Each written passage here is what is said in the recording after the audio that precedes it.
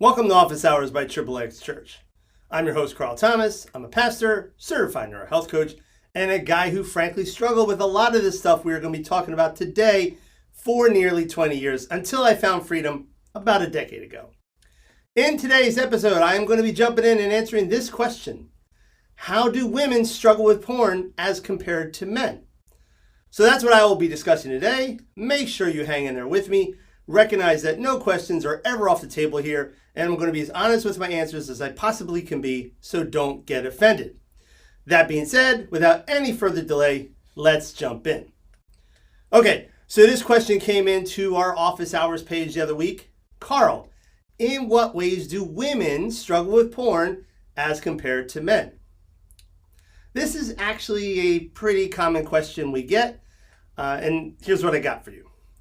First of all, admittedly, there is still a pretty significant gender gap between men and women when it comes to percentage of men who report being addicted to porn as to women. For instance, in one recent study of 4,600 young adults, 88% of the male participants reported having used sexually explicit materials in the past 12 months, while only 45% of the females reported the same. Likewise, the frequency of use was greater with men, almost three times as often men were looking at porn as women.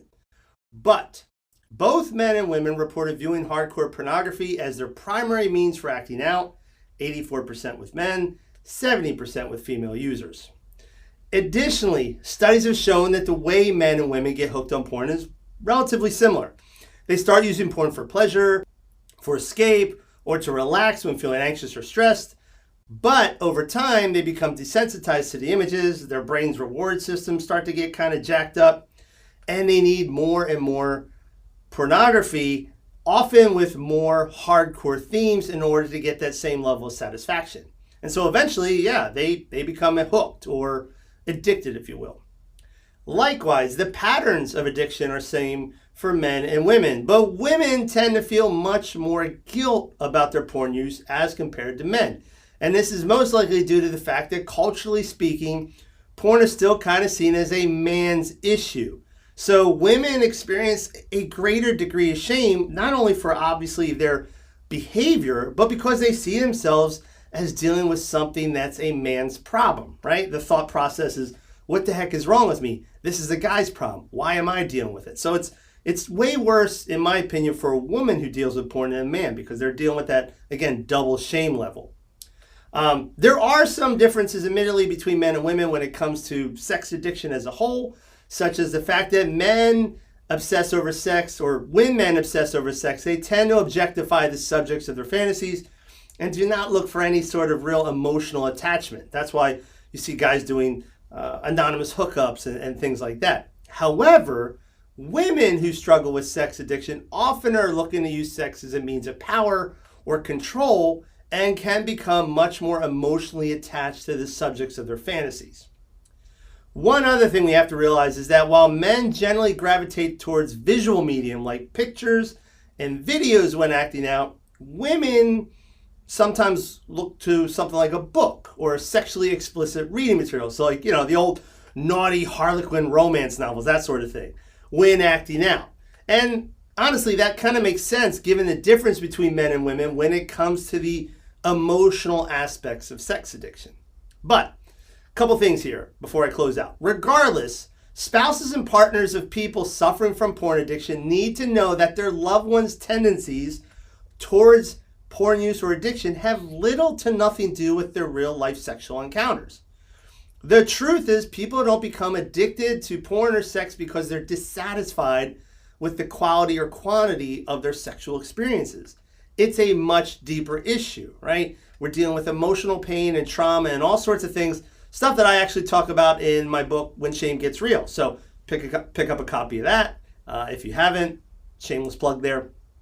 The other thing is, and this is directed specifically towards the women, ladies, I understand that you live in a culture where porn and sex issues are still seen as a man's thing, okay?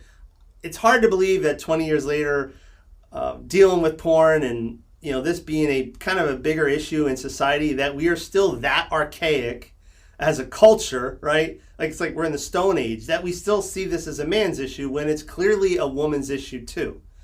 The increased shame you feel as a woman is undeserved. Well, first of all, I would say all shame is undeserved, but you're putting yourselves or scrutinizing yourselves to a much deeper level of shame because of this misconception. And it is a misconception. Men and women basically go to porn or sex or whatever for the same reasons. They get addicted the same ways. And it's just a thing, right? And that gender gap I talked about earlier is narrowing each and every year. So don't think it's just the man's issue. Don't feel extra guilt and shame over it. You're dealing with the same thing and you need help. Now, of course, the answer to that is, well, why aren't there as many women's resources? That's a good question. And, we're guilty of that too. We don't have a women's community like we have for men with the Live Free community. We have a spouses community for wives of addicts. But, yeah, we don't have a women's community. I will admit that. And we do have women's small groups online. We do have women's weekly support groups through our small groups online program. But, yes, our resources for women are much less. And, I'm not going to throw this back on you. But the reality is the perceived demand is much less with women. And I think that's honestly because women, due to the increased shame, due to the increased guilt and all this other stuff, they tend to self-identify less than men, right? I mean, no one likes coming out and saying, hey, I'm a porn addict or I'm a chronic masturbator, right? No one likes that. But guys will, I think, own that quicker than a woman. Women don't come out as quickly as men about these issues. And that's just obvious given our, I can show you that with analytics and the things that we see with our site. I mean, again, we have women's small groups, but we might only get 3 or 4 women a month signing up for those, where we get 30 or 40 men a month signing up for the men's small groups. So the demand is a lot less, and therefore then, the pressure to produce a resource is, I don't want to say it's less, but it's, okay, you have 4 times the need here, 1 times the need there. You're going to direct your resources where the greatest demand is. That being said, we are working on something for women. I don't know when that's coming out, but that is on our map. Like, we do want to produce something for women. Again, in the meantime, we do have the women's small groups. So if you're a woman struggling with this stuff, check out one of our small groups at Small Groups Online, and you can get some help there. So, hope that helps. Thank you very much for joining me. Have a great weekend, and I will be back next week with another provocative question.